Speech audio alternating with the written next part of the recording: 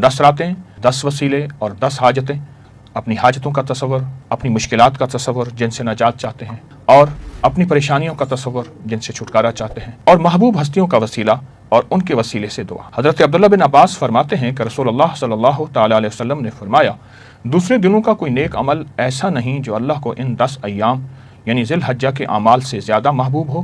لوگ عرض گزار ہوئے، یا رسول اللہ، کیا اللہ کی راہ میں جہاد کرنا بھی؟ فرمایا، اللہ کی راہ میں جہاد کرنا بھی، ما سوا اس شخص کے جو اپنی جان اور اپنے مال سے نکلا اور کچھ بھی لے کر واپس نہ لوٹا۔ انہی دنوں میں حضرت موسیٰ علیہ السلام نے اللہ سے کلام کی، اور اللہ پاک نے 30 دنوں کے لیے موسیٰ علیہ السلام کو کوہ طور پر بلایا۔ 10 دنوں کا اضافہ ہوا کہ جو ذی الحجہ کے یہ 10 دن ہیں، آپ غور سے سمجھیں گے، ان کا اضافہ ہوا، اور پھر 40 دن مکمل ہوئے، اور ہم کلامی کا شرف اللہ پاک نے بخشا، اور موسیٰ علیہ السلام کو ایک خاص دعا عطا فرمائی جو عرشوں سے عزت، دولت، رزق، صحت، سکون، زندگی، کامیابی، خوشیاں، خوشحالیاں لاتی ہے۔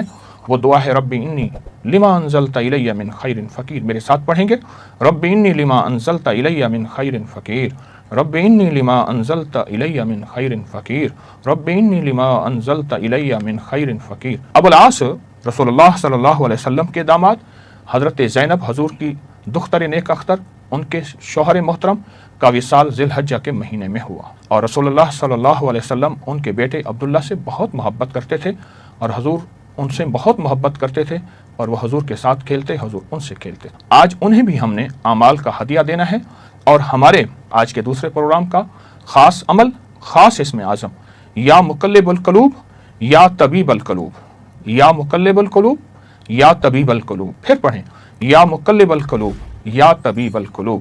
اے دلوں کو جوڑنے والے، اے دلوں کے روگ، دلوں کے کھوٹ، دلوں کی بیماریاں، دلوں کی پریشانیاں، دلوں کے دکھ اور دلوں کے غم، دلوں کے ہم اور دلوں کی ٹینشنیں اور دلوں کے مسائل کو ختم کرنے والے، آئیں ہم کلمہ پڑھیں گے، اور کلمے کے فضائل زمین و آسمان بھر جاتا ہے ایک دفعہ کلمہ پڑھنے سے۔ لا الہ الا اللہ محمد الرسول اللہ، لا الہ الا اللہ محمد الرسول اللہ، لا الہ الا اللہ محمد الرسول اللہ۔ ان ہستیوں کو کلمے کا ہدیہ دیں گے۔ کون سی ہستیاں؟ آج کی ہماری ہستیاں ہیں حضرت موسیٰ علیہ السلام اور حضرت ابو العاص داماد رسول اور سیدنا زینب کے شوہر محترم، ان کو ہدیہ دینا ہے۔ اور آپ نوٹ سامنے رکھ کے بیٹھے ہوں گے، جو پہلے دن سے ہماری ترتیب ہے اس پہ دم کریں گے، اور پھر اس کو اپنے جسم میں ملنا ہے، اور ان 10 دنوں کے آخر میں کوئی ایسی چیز جو بے زبان جانوروں کے لیے آپ کو بتائی ہے وہ لے کر بے زبان جانوروں کو دینا ہے۔ آج کی 3 دعائیں ہیں، اے اللہ مصائب اور بلائیں ہم سے دور ہو جائیں۔ دوسری، اے اللہ مشکلات اور مشکل حالات میں تیری مدد کے طلب۔ تیسری دعا، اے اللہ من کی مرادیں۔ تو ہم آج کی ان 3 دعاؤں میں بہت توجہ سے، بہت دھیان سے پڑھیں گے یہ دعائیں، اور ہمارا آج کا ذکر ہوگا یا مقلب القلوب یا طبیب القلوب۔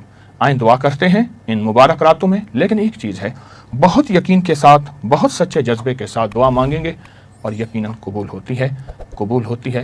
جس کی قبولیت کے لیے رب قسمیں اٹھا رہا، اس میں شک کیسے کیا جا سکتا ہے؟ اللہم صلی علی محمد عبدک و رسولک و صلی علی المؤمنین والمؤمنات والمسلمین والمسلمات۔ پروردگار عالم، جتنی دنیا میں تیری بندیاں بندے ہاتھ اٹھائے بیٹھے ہیں، دل میں آسیں لے کے، دل میں امیدیں لے کے، دل کی فریادیں، من کی فریادیں اور اندر کے جذبے، اے اللہ ان سب کی حاضری قبول فرما، ان سب کی حاضری قبول فرما، ان سب کی حاضری قبول فرما، ان کی مشکلیں حل فرما، پریشانیاں دور فرما، تنگیاں ختم فرما۔ اے اللہ علت، ذلت اور قلت سے بچا۔ ان مبارک راتوں کی برکت سے ہم سب کی جادو، اثرات، بندشیں، دکھ، تکلیفیں، ناکامیاں ختم فرما۔ اولاد کے غم سے بچا، دلوں کے دکھ سے بچا، اندر کے کھوٹ سے بچا۔ آخری وقت میں کلمہ نصیب فرما، گھروں میں سکون، زندگی میں سکون۔ اے اللہ اپنے وطن میں چین، اپنے گھر میں چین، اپنی رحمتوں اور کرم کو آنکھوں سے دکھا۔ چین، راحت اور رحمت فرما، نسلوں کی حفاظت فرما، ہمارے من کی حفاظت فرما، ہماری آنکھوں، ہمارے جذبوں کی حفاظت فرما۔ کرم اور رحم فرما، عطا اور شفقت فرما، بس بن مانگے عطا فرما، دنیا بھی آخرت بھی، رزق بھی، صحت۔ کچھ لمحے ایسے ہوتے ہیں جن میں قبولیت ازلی برکات ہوتی ہیں، کچھ لمحے، کچھ دن ایسے ہوتے ہیں، کچھ شامیں ایسی ہوتی ہیں، کوئی راتیں ایسی ہوتی ہیں، کچھ بول ایسے ہوتے ہیں جن میں اللہ نے قبولیت کو جمع کر دیا۔ کچھ بول ایسے ہوتے ہیں، جیسے فرمایا یہ لفظ پڑھیں دعا قبول ہوتی ہے، یہ بول ہے۔ فرمایا یہ شام، آج کی شام، یہ رات شب جمعہ ہے، یہ لیلۃ الجائزہ ہے، یہ رات ایسی ہے جو مانگے ملتا ہے۔ کچھ راتیں ایسی ہوتی ہیں، کچھ دن ایسے ہوتے ہیں جیسے جمعے کا دن ہے، جو مانگے ملے، جو مانگے قبول ہو۔ 11 اور 12 کی یہ جو درمیانی رات ہے یہ صدیوں سے آزمودہ رات ہے، اور صدیوں سے اس رات میں کچھ قبولیت کے لمحات ایسے ہیں جو نسلوں کے لیے اللہ نے رکھ۔ دیکھیں کچھ لمحے ایسے رزق کے لیے ہوتے ہیں، فرمایا یہ دعا پڑھو رزق کے دروازے کھل جاتے ہیں، یہ دعا پڑھے قبولیت کے دروازے کھل جاتے ہیں، یہ عمل کریں مغفرت کے دروازے کھل جاتے ہیں۔ بالکل اسی طرح یہ جو 11 اور 12 کی درمیانی رات ہے جو آج ہے، اس رات میں اللہ پاک جل شانہ نے کوئی خاص کوئی عطا رکھی ہے اولاد کے، بخت کے لیے، نصیب کے لیے اور مقدر کے لیے، بخت کے لیے، نصیب کے لیے، مقدر کے لیے۔ مجھے وہ گھر یاد ہے اچھی طرح سے، وہ نواب کا وزیر تھا اور نوابی دور تھا، اور وہ دور جب نواب ہوتے، اس کی بہت بڑی حویلی تھی، بہت بڑا گھر تھا، بہت بڑی حویلی تھی۔ شاید اس نے اپنے لیے سب کچھ مانگا، اولاد کے بخت اور نصیب کے لیے نہ مانگا، اس نے اپنے لیے سب کچھ مانگا، اور یوں اس کی آنکھیں بند ہوئیں، اور پھر بخت بھی گیا، نصیب بھی گیا، مقدر بھی گیا، رزق بھی گیا، راحت بھی گئی، آرام بھی گیا۔ معلوم یہ ہوتا ہے اس بندہ خدا نے 11 اور 12 کی رات کو کیش نہیں کیا تھا، نسلیں ایش نہ کر سکیں، نسلوں کے مقدر اور بخت نصیب نہ بن سکے، بخت اور نصیب نہ بن سکے۔ اور بیٹے اپنی دنیا میں ایک چہتی بیٹی تھی، میں چھوٹا سا تھا، میں نے اس کا کفن دیکھا، اور اس کا کفن آخری درجے کا گھٹیا کپڑا تھا، اس کا کفن وہ تھا کیونکہ گھر میں غربت تھی، اور میرا گمان یہ ہے کفن بھی وہ نہیں دے سکے تھے، تو میں نے مل جل کے کفن کی ترتیب بنائی تھی۔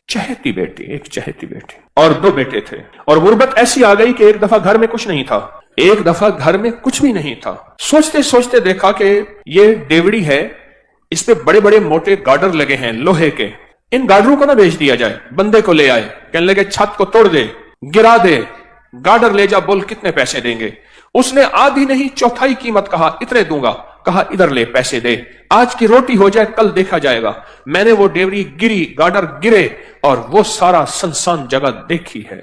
کبھی کبھی ایسا ہوتا ہے انسان کے پاس عہدہ، مال، چیزیں، دولت، مقدر، سب کچھ، لیکن بخت اور نصیب اور مقدر نہیں ہوتا، پھر نسلوں میں فقر، فاقہ اور غربت چھوڑ کے کوچ کر جاتا ہے، نسلوں میں فقر، فاقہ، غربت چھوڑ کے کوچ کر جاتا ہے، اور یوں چلا جاتا ہے، اور بساط سمیٹ کے چلا جاتا ہے۔ میرا اللہ ہر سال موقع دیتا ہے 11 اور 12 کی رات کو، آ جاؤ میرے بندے، میری رحمت موجود پہ ہے، تمہیں سہولت ہے رزق کی، تمہارے پاس سہولت ہے سواریوں کی، تمہارے پاس سہولت ہے گھر کی اور چھت کی، تمہارے پاس سہولت ہے لباس کی اور اچھی نعمتوں کی۔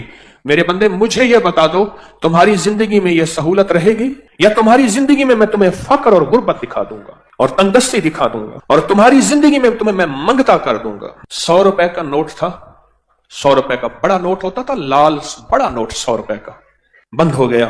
اسی نوٹ میں وہ سگریٹ پیتا تھا، اسی نوٹ کے اندر سگریٹ کو لپیٹتا تھا، اور نوٹ ساتھ جلتا تھا، اور 100 روپے کے نوٹ کے ساتھ سگریٹ پیتا تھا۔ میں نے خود دیکھا، مجھ سے دوائی لینے آتا تھا تو نوٹ ایسے نکالتا تھا۔ کیوں؟